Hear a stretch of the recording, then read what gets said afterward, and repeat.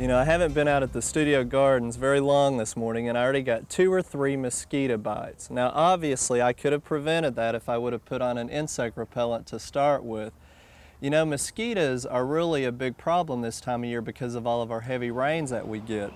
And usually they're attracted to water, standing water, and that might be in a ditch or old tires or any cans that are standing around with water in them, fish ponds. There's several different types of things, and that's what you need to go and investigate. Even sometimes guttering on a house will be clogged up and hold water and be a breeding grounds for mosquitoes.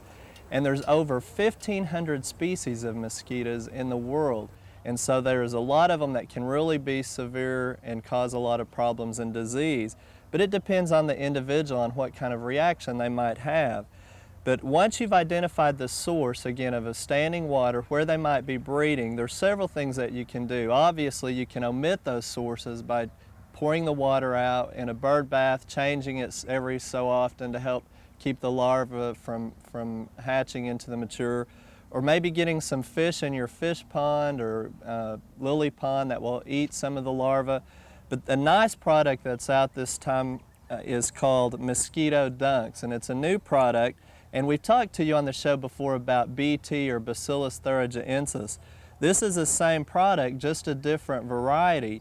And you drop one of these dunks in the area where the water is standing and it will dissolve, and then the larva will feed on it and it will kill them, and that will keep the adults from hatching, and then you'll alleviate the problem. So this is really a nice product and a safe product that's out on the market. Now again, we talked about repellents. There's 2 major types of repellents for mosquitoes. One has the active ingredient called DEET, or D-E-E-T, and it's one that can cause some reactions to certain individuals, so there's some concern over that, and again, it depends on the individual. But it's still a good product and it lasts quite a long time, several hours once you put it on.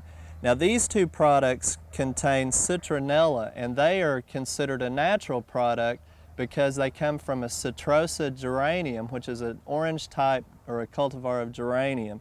And again, it's very fragrant. It doesn't last or prevent mosquitoes from attacking you as long, but it is EPA registered and it's a very safe product to use and will work, again, depending on how long you're going to be outside. Now once you get bitten by a mosquito, there's some things that you can purchase as well. This is called Afterbite, and it contains ammonium hydroxide, and it's really just a product that will help keep it from swelling and help relieve the itching. And so these products are very easily found and on the market to use after you get bitten by a mosquito. And then if you get a mosquito bite, one thing that you usually have in your home that's very common is deodorant. And deodorant again has a pH balance in it and some of the ammonium hydroxide, and you can just rub some of that on a mosquito bite and that will also help alleviate the problem. So again, think about the situation, identify the source where they're breeding, and then think about some of the ways that you can help control those mosquitoes, and maybe your outdoors will be a little more pleasant this year. We hope you've enjoyed this classic from the Oklahoma Gardening Vault. Remember, even though these tips and techniques are timeless, there's always something new to learn in the world of gardening. By subscribing to both Oklahoma Gardening and OK Gardening Classics, you'll have access to a wealth of gardening knowledge, both classic and contemporary.